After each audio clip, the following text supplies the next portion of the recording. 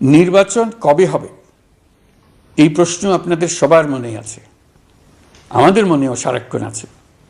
আপনারা লক্ষ্য করেছেন নির্বাচন আয়োজনের লক্ষ্যে আমরা প্রয়োজনীয় পদক্ষেপ নিতে শুরু করেছি। কয়েকদিনের মধ্যে নির্বাচন কমিশন গঠন হয়ে যাবে। তারপর থেকে নির্বাচন আয়োজন করার সমস্ত দায়িত্ব তাদের উপর বর্তাবে। নির্বাচন কমিশন ভোটার তালিকা হালনাগাদ সহ আরও কিছু কাজ শুরু করে দিতে পারবে, যা একটা অবাধ নির্বাচনের সাথে সরাসরি সম্পৃক্ত। প্রথমবারের মতো প্রবাসী বাংলাদেশিরা পোস্টাল ব্যালটের মাধ্যমে যাতে তাদের ভোটাধিকার প্রয়োগ করতে পারে সে লক্ষ্যেও সরকার কাজ করছে। তবে আমরা মনে করি না যে একটা নির্বাচন কমিশন গঠন করে দিলেই নির্বাচন আয়োজনে আমাদের দায়িত্ব শেষ। রাষ্ট্র ব্যবস্থায় সংস্কার আমাদের এই সরকারের অন্যতম অঙ্গীকার। আপনারাই আমাদেরকে এই ম্যান্ডেট দিয়েছেন। যেই 6টি সংস্কার কমিশন আমরা শুরুতে গঠন করেছিলাম তারা ইতোমধ্যে তাদের কার্যক্রম অনেক দূর এগিয়ে নিয়েছে। বিভিন্ন গণমাধ্যমে আপনারা তাদের কার্যক্রমের আপডেটও দেখছেন। কয়েকটি সংস্কার কমিশন ডিজিটাল প্ল্যাটফর্ম গঠন করেছে। আমার অনুরোধ, আপনারা এই প্ল্যাটফর্মে উৎসাহ সহকারে আপনাদের মতামত জানাতে থাকুন। প্রথম 6টি সংস্কার কমিশনের মধ্যে একটি হলো নির্বাচন সংস্কার কমিশন। নির্বাচন অনুষ্ঠানের জন্য এই কমিশনের সুপারিশমালা অত্যন্ত জরুরি। তাদের প্ল্যাটফর্মে যান, আপনার মতামত খোলাখুলিভাবে তুলে ধরুন। আপনি দেশের মালিক, আপনি বলে দিন আপনি কি চান, কিভাবে চান।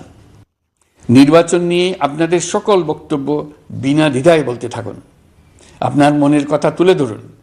আমার অনুরোধ, সংস্কারের কথাটাও একই সঙ্গে বলুন। সংস্কারকে পাশ কাটিয়ে যাবেন না। নির্বাচনের কথা বলার সঙ্গে নির্বাচন ও অন্যান্য ক্ষেত্রে সংস্কারের কথাটিও বলুন। সংস্কার হলো জাতির দীর্ঘমেয়াদী জীবনী শক্তি। সংস্কার জাতিকে, বিশেষ করে আমাদের তরুণ তরুণীদের নতুন পৃথিবী সৃষ্টির সুযোগ দেবে। জাতিকে বঞ্চিত করবেন না। নির্বাচন আয়োজনে যে সংস্কার কমিশনের সুপারিশমালায় রাজনৈতিক দলসমূহ এবং দেশের সকল মানুষের মতামত অপরিহার্য, সেই কমিশন হলো সংবিধান সংস্কার কমিশন। এই সুপারিশমালার যে অংশ সকলের কাছে গ্রহণযোগ্য হবে তার ভিত্তিতে নির্বাচনী আইন সংশোধন করতে হবে। সমান্তরালভাবে ভোটার তালিকাও হালনাগাদ করার প্রক্রিয়া চলতে থাকবে। আমি নিশ্চিত নই সংস্কার প্রস্তাবসমূহ বাস্তবায়নের সুযোগ আমরা কতটুকু পাব। তবে আমি আপনাদের কথা দিচ্ছি, আপনারা সুযোগ দিলে প্রয়োজনীয় কিছু অত্যাবশ্যকীয় সংস্কার কাজ শেষ করেই আমরা আপনাদের কাঙ্ক্ষিত নির্বাচন আয়োজন করব। ততদিন পর্যন্ত আমি আপনাদের ধৈর্য ধারণ করার অনুরোধ করব। আমরা চাইব আমরা যেন এমন একটি নির্বাচন ব্যবস্থা সৃষ্টি করতে পারি যা যুগ যুগ ধরে অনুসরণ করা যাবে। এর ফলে সাংবৎসরিক রাজনৈতিক সংকট থেকে আমাদের দেশ রক্ষা পাবে। এই জন্য প্রয়োজনীয় সময়টুকু আমি আপনাদের কাছ থেকে চেয়ে নিচ্ছি।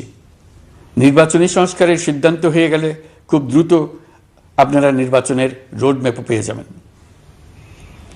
অন্তর্বর্তী সরকার সৃষ্টি হয়েছে রাজনীতিকে নীতির কাঠামোয় আনার জন্য এবং রাজনীতির জন্য নতুন পরিবেশ সৃষ্টির নিবিড় আকাঙ্ক্ষা থেকে। এই আকাঙ্ক্ষা পূরণ করা থেকে জাতিকে বঞ্চিত করবেন না। নির্বাচনের ট্রেন যাত্রা শুরু করেছে, এটা আর থামবে না। কিন্তু যেতে যেতে আমাদের অনেকগুলো কাজ সেরে ফেলতে হবে। এই ট্রেন শেষ স্টেশনে কখন পৌঁছবে সেটা নির্ভর করবে কত তাড়াতাড়ি আমরা তার জন্য রেল লাইনগুলো বসিয়ে দিতে পারি, আর তা হবে রাজনৈতিক দলসমূহের ঐক্যমত্যের মাধ্যমে।